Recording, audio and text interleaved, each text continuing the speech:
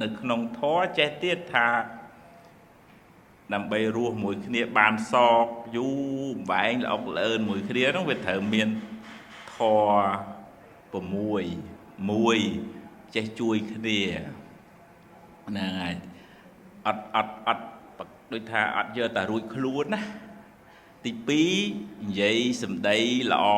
ដាក់គ្នាហើយប្រពន្ធលោកផ្ដាំទៀតថានិយាយល្អទាំងនៅមុខ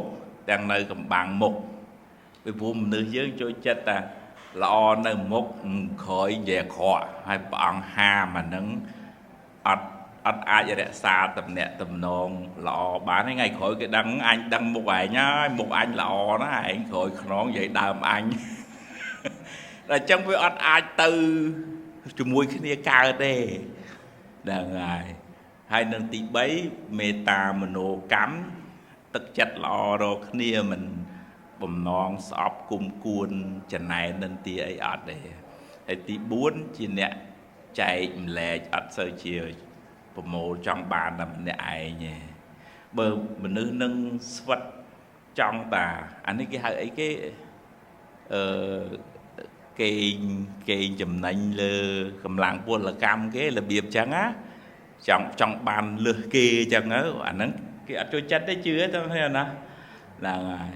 អាហ្នឹងទី4ហ្នឹងព្រះអង្គថាតលចេះចែកម្លែកហើយទី5សិលធម៌រស់នៅហ្នឹងប្រហែលគ្នាចេះគោរពពេលវេលាឲ្យតម្លៃគ្នាពាក្យសម្ដីល្អប្រហែលគ្នារស់នៅមួយគ្នាកើតធ្វើការមួយគ្នាកើតបើមួយចេះមួយចោះធ្វើការមួយគ្នាអត់ចោះទេហើយនឹងទី6មនុស្សនឹងអត់មានមានះខ្លាំងឯអាចដាក់មានះស្ដាប់គ្នា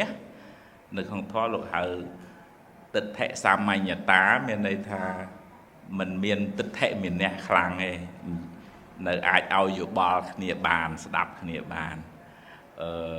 ញ្ចឹងបានថាពេលខ្លះយើងថារួបរวมគ្នាទៅហើយប៉ុន្តែនិយាយដើមគ្នារហូតហើយរួបរวมគ្នាមិនបានមែនទេតើអរណាវាតលម្នាក់ដោះខាត់អាណាមិនល្អទាំងអស់គ្នាដកអាភាពសៅមងក្នុងចិត្តណាបើក្នុងភាសាធម៌លោកហៅអកុសលតើលើពាក្យហ្នឹងឯងតើអ្នកគ្នាភាសាមួយទៀតគេហៅបាបប៉ុន្តែបាបហ្នឹងយើងពេលខ្លះយើងច្រឡំថាតលទៅកាប់ទៅសម្លាប់ទៅលួចគេបានបាបមិនមែនអញ្ចឹងទេ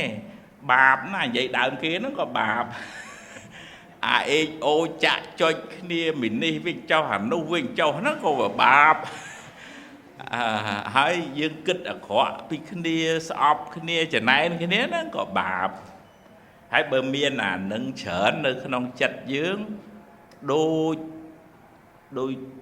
បលៀនដែលមានពពកពីលើអញ្ចឹងណាអញ្ចឹងកប៉ាល់ហោះចុះអត់ចុះអត់ដូចថារកកន្លែងចុះអត់ឃើញណាវាអាប់ណាបានន័យថាអ្នកដែលមានចិត្តមិនល្អច្រើនហ្នឹងបនងាយឲ្យផលទេរស់ស៊ីងាយឡើងឯងពីព្រោះសិតតជាតិពុលនៅក្នុងចិត្តអញ្ចឹងណាពួកបាបហើយបនវាអត់នៅមួយគ្នាវាឆុងគ្នាហ្មងណា